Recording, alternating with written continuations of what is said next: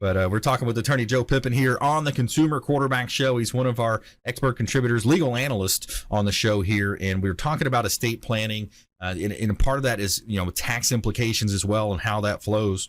Since we're on the Consumer Quarterback Show, aka the Real Estate Quarterback Show, let's talk about homestead issues and how folks, I think the number one thing they want to know is how can I limit my tax exposure? How can I limit the creditors' access? And in the state of Florida, we are protected from a homestead exemption, correct?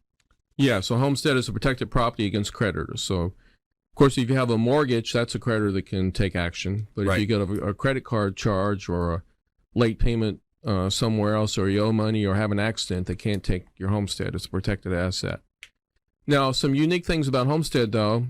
If you're in like a second marriage, and let's say you own the home and you get married, if you died with a will and you're thinking that you have a will that leaves everything to your children, your spouse has some homestead rights.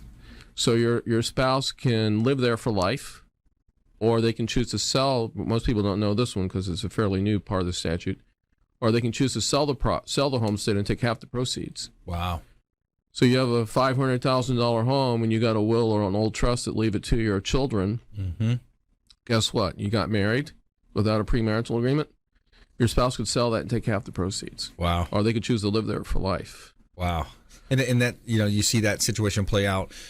What about, Hollywood loves to talk about the prenuptial agreement and the postnuptial. Yeah. Let's talk about those while we're on the topic. Well, that's what you do. You have a premarital agreement before you get married, and basically that homestead right is waived in a legal document. And if you are just hearing this and hadn't thought about that, or think your spouse said, well, I would never do that, well, guess what? I've seen many spouses that have a change of mind. And it's not always controlled by the spouse, because I've seen this happen a lot, actually.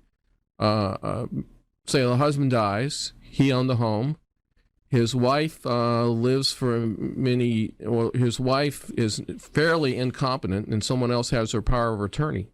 Well, guess who's calling the shots? It's the wife's children with the power of attorney. Right.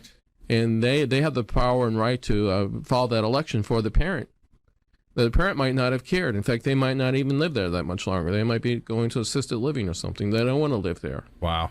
They've got the right on that homestead to live there for life or sell it and take half the proceeds. So the power of attorney just exercises those rights. Wow. Yeah. So it's not always I would never do that. Want you to leave what you have to your children, and I'm going to leave, and I would never exercise any rights against your estate right.